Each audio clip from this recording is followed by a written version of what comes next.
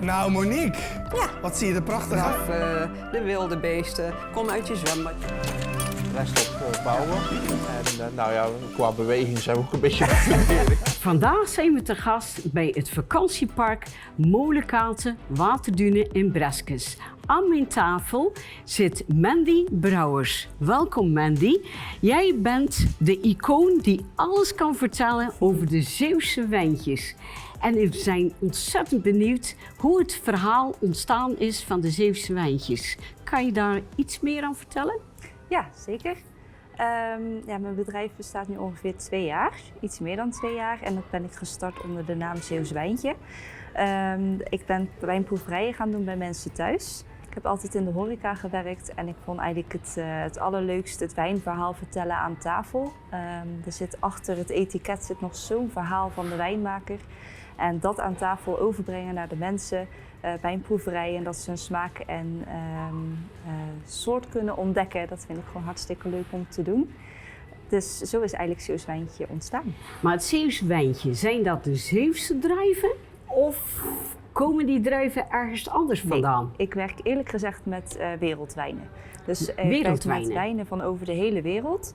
En ook heb ik al in mijn assortiment wat Zeeuwse wijnen zitten. Maar die zijn natuurlijk niet zo heel erg bekend op de markt. Waardoor dat ik ook wel gebruik maak van wereldwijn om proeverijen aan te bieden. Wat is het verschil tussen de Zeeuwse wijntjes en de wereldwijnen waar jij vertelt? Kan je daar iets meer over vertellen? Zeker. Zeeuwse wijnen zijn vooral nog heel erg lokaal. Het klimaat in Nederland wisselt natuurlijk ook nog heel erg veel. Waardoor dat de Zeeuwse wijnen nog niet op een constante productie zitten. En wereldwijnen zijn vaak al wat groter en wat meer doorgedacht. Waardoor dat daar een standaard productie in zit, zoals Frankrijk, Italië, maar zo ook Australië, Chili. Dus zo heb je daar iets meer keuze. Ik heb ooit laten vertellen dat dus de grondsoort waar de wijnen worden verbouwd, krijg je bepaalde mineralen in de wijnen. Klopt dat? Zeker. Ja, Ja? de bodemsoort is heel erg belangrijk voor de soort van de wijn. Ja, dat heeft heel veel invloed en heel veel indrukken op de wijn die je kan hebben. Ja, dus heb je bijvoorbeeld een kalkbodem, dan is die vaak wat mineraler. Dus zo heeft iedere bodemsoort geeft invloed op de smaak van de wijn, zeker. Ja. Jij bent op een dag thuisgekomen en je hebt tegen je man gezegd, ik wil mijn bedrijf met de Zeeuwse wijntjes. Nou, hoe ging je omgeving daarmee om? Ik vond het allemaal wel heel leuk, want iedereen was wel een beetje... ik praat altijd over wijn. Dus ik was er eigenlijk mee gestopt. Ik was in de horeca gestopt omdat ik mama ben geworden van 2 kindjes. En daardoor heb ik eigenlijk de stap gemaakt om uit de horeca te gaan. Maar je haalt de horeca wel uit het... je kan het meisje wel uit de horeca halen, maar het horeca uit het meisje. Dus ik vond het nog steeds heel leuk en wijn is echt mijn passie. Dus als er dan vriendinnen op vrijdag om een drankje kwamen op een vrijdagmiddagborrel, dan was ik alleen maar aan het vertellen wat er zo fantastisch was aan de wijn. Dat ze zeiden, Mandy, hier moet je echt iets mee gaan doen. Ja. Maar fantastisch over de wijn. Daar wil ik even terug naartoe schakelen. Ja. Wacht, ik wil ook gefascineerd worden. Als ik een wijntje zie, dan denk ik, ja, wat moet ik nu proeven? Maar Ja. wat is nu zo fantastisch? En jouw beleving? Ja, bepaalde wijnen hebben een soort diepgang of een soort verrassing die je eigenlijk op het uiterlijk niet verwacht. Dus dat je bijvoorbeeld een wijn hebt waarvan je denkt, nou dit kan nog wel eens een hele fletse wijn zijn. Of ik verwacht er niet zoveel van. En als je hem dan gaat proeven, dat het echt een smaakexplosie is. En dat eigenlijk je smaakpapillen naar alle kanten worden gegooid. Dat je eigenlijk een beetje wordt verrast in wat je in die wijn proeft. En het is een beetje hetzelfde als lezen van een boek. Je kijkt naar de kaft en zodra dat je begint te lezen word je helemaal opgeslonden in het verhaal. En dat heb je soms ook met wijnmakers die dan heel gepassioneerd over een wijn vertellen of over het maken vertellen. Dus soms heb je een Chardonnay waarvan je denkt, nou dit kan wel eens lekker zijn. Maar als je hem dan gaat proeven, dat je ineens denkt van wow, er komen toetsen in naar boven die ik niet had verwacht in deze wijn. Maar om zoiets te leren, dan ben je sommelier, klopt dat? Ja. Sommelier. Nou, dan moet je natuurlijk ook al heel wat daarover hebben geleerd.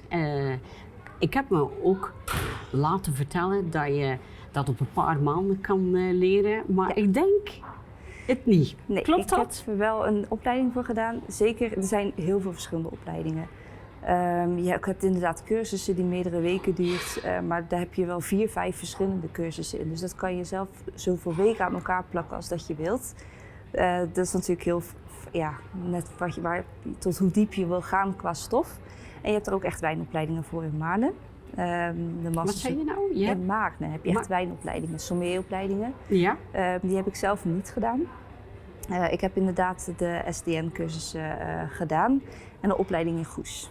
Oké, een SDN-cursus. Ja. Vertel eens, want ik ben een leek en Ja. ik wil alles van jou weten. Nee, dat snap ik.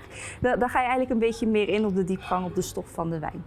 Dus waar het vandaan komt, de bodemsoort, de druivensoorten.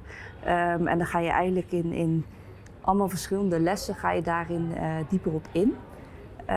Ik vind de wijncursussen of wijnlessen of wijnschool, hoe mensen het ook noemen, vind ik altijd super interessant.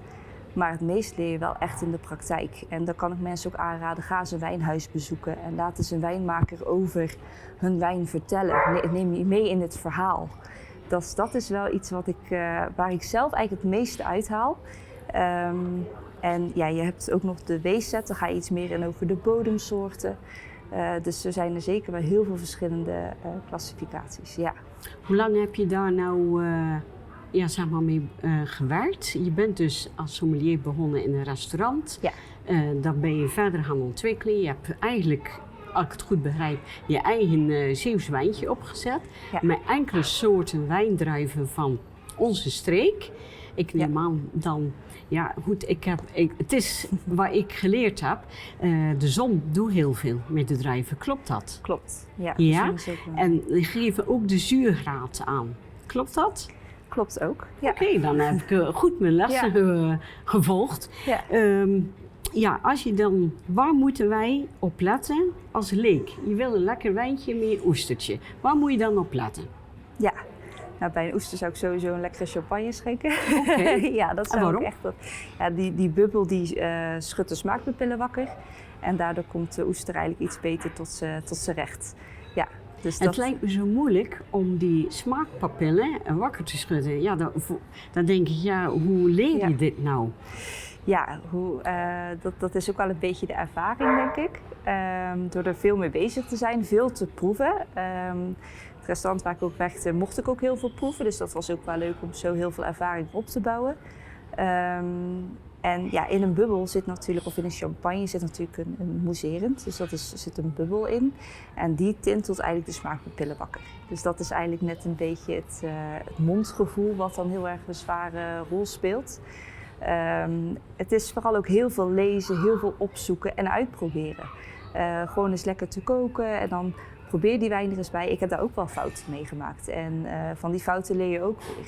Ja, Dus van het fouten is- leren je. Ja, dus het is vooral heel veel uittesten. Wat is mooi. Ja. Wanneer mag je nou echt zeggen van kijk, dat is een Zeeuws product. Wanneer zit daar onderscheid in voor jouw gevoel? Dat je zegt, kijk, dit is een mooie wijn. Je hebt prachtige wijnen hier staan, mooie flessen. Maar wat kan je mij nou leren van kijk, hier moet je opletten? Ja, wat ik bij de wijnproeverij eigenlijk altijd heel graag de mensen leer, is dan gaan we op een soort wijnreis vanaf mensen thuis met 12 verschillende wijnen. En dan mogen ze ook proefnotities maken. En dan zeg ik ook, noteer vooral voor jezelf wat in deze wijn nou het meest naar boven komt en wat je wel of niet lekker vindt. Is de wijn wat bitterder? Is de wijn wat droger? Wat frisser? Dus eigenlijk door gewoon heel veel verschillende dingen te proeven, creëer je je eigen smaakpalet. Zoals mijn leraar dat toen zei, je eigen smaakbibliotheek. Ja, En dat is natuurlijk het allerleukste, dat je daarin ook gaat onthouden van deze druif, dit land, dit gebied vind ik het lekkerst. En dat is eigenlijk iets om heel belangrijks om op door te borduren. Dat je voor jezelf gaat zeggen van, ik hou heel erg van Frankrijk. Of ik hou heel erg van Italië. Die stijl die spreekt mij heel erg aan. En dat je dan gaat onthouden welke druif vind ik lekker. er Bijvoorbeeld, zit ook verschil in dan. er zit heel veel Ja? verschil in. Ja, en die hebben ook allemaal eigen karakter. Beetje hetzelfde als mensen. Ja, dus dat bijvoorbeeld, ik vind de Primitivo of de Merlot een hele mooie druif. Nou, probeer daar eens op verder. En ga eens in dezelfde smaakregio zoeken. En wat is het verschil tussen Primitivo en Merlot? Kan je daar iets... Verschillende druivensoorten. Ja, verschillende druivensoorten? Ja, Merlot is heel klassieker, is iets strakker.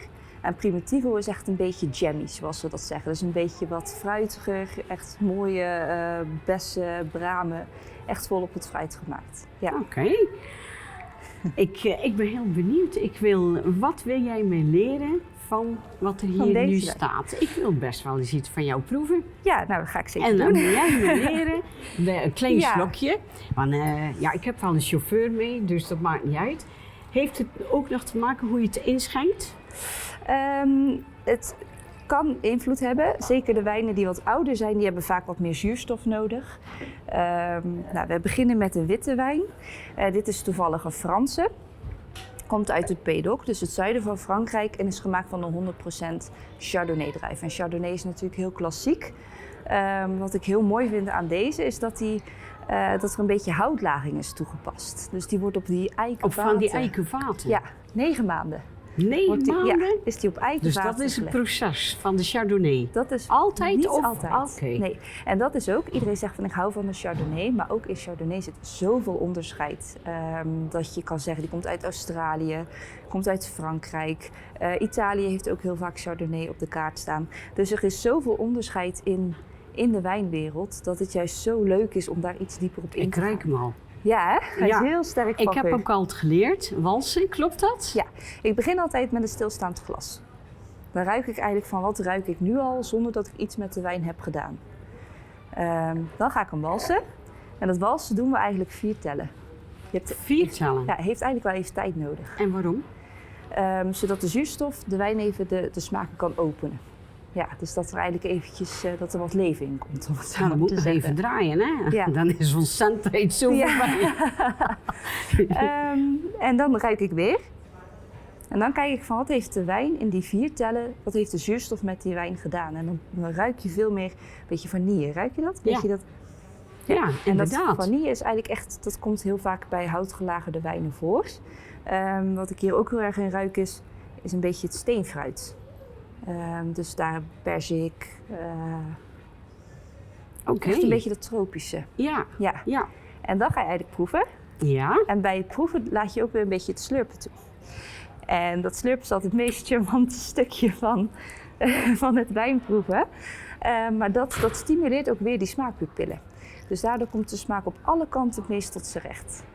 Heerlijk. Ja. Een heel lekker wijntje. Wel een pittig wijntje. Klopt dat? Pittig wijntje, ja. Dit Zit is wel een wat pittig wijntje. Ja, Ja. ja. Zit En- iets meer En diepgang in. meer een zuurtje. Ja. Klopt dat? Ja, klopt. Nou, Zeker. ik ben toch echt ondertussen Ja, wel dat gaat goed. wijnkenner. Ja, ja, dat gaat snel zo. Ja, Hè? ja, en dit is eigenlijk een hele klassieke. Je ziet ook echt een beetje aan het glas dat hij een beetje wat boterachtiger is. Dat komt echt door de houtlaging, dat is door de rijping. Heeft dat wat te maken? Mij is me verteld, hoe meer de wijn aan het glas hangt, hoe beter, of is dat een fabel? Dat is een fabeltje. En ook van de kurk, dat je moet ruiken aan de kurk, want vaak Ja. in een restaurant ruik je eraan. Ja. Is dat ook een fabel? Ja, daar zijn de meningen een beetje over verdeeld. De ene sommelier doet het wel, de andere sommelier doet het niet. Sommigen halen er wel wat uit.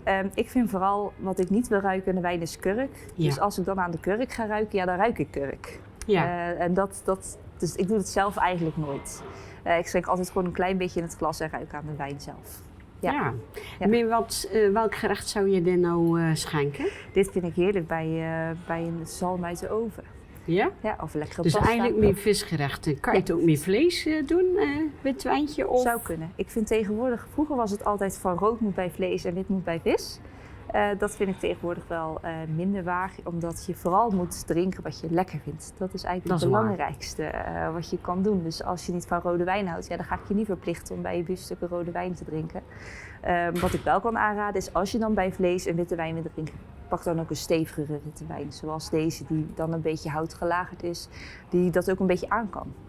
Die wat stevigheid bijdraagt. Oké. Ja. Nou, dan zie ik hier een rood Ja. flesje. Nou, Ja. nog eventjes Dit is eerlijk gezegd mijn eigen jouw eigen lievelingsdruif. wijntje.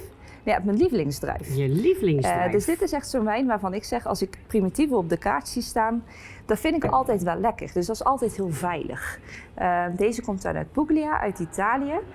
En Ja, je ruikt gelijk. Het is inderdaad ook een zwaar wijntje, maar ik zie ook voor de barbecue. Klopt dat? Dus deze raad ik eigenlijk altijd aan bij de barbecue. En waarom? Omdat in barbecuegerechten vaak ook een beetje het bittere van het bakken naar boven komt. En deze eigenlijk echt heel veel fruitigheid en zachtheid bij zich draagt. En daardoor is die juist zo leuk bij... Fruitig en zacht? Ja, bij bitter. Vaak ga je eigenlijk met smaakpapillen een beetje botsen met elkaar. Dat klinkt heel gek, maar ik wil juist bij iets bitters, wil ik juist een beetje een fruitiger. Ja. Die is heel lekker. Ja, goed, hè? en is dat die alle primitivo's? Wel Dat vaak. die- Ja. Ja? Ja, je hebt wel heel veel verschil in van jonge of van oudere druivenstokken. Daar proef je wel de leeftijd in. Maar Primitivo is eigenlijk altijd al heel jong, heel toegankelijk. Ja. Oké. Ja. Nou, ik moet eerlijk zeggen, Mandy, ik spiek even en onze tijd zit er bijna op. Ja. Ik kan hier nog wel uren met jou over praten en ik wil jou zeker bedanken dat je bij mij dat je mij wat hebt proberen te leren. Ja, nee, En heel ik graag wil gedaan. zeker nog eens jou in de herhaling Ik kan er hebben. heel de avond over vertellen. Ja, nou, dankjewel. En Heel ik graag wens de gedaan. kijkers heel veel kijkplezier. En wie weet, met de Zeeuwse wijntjes. Tot de volgende keer.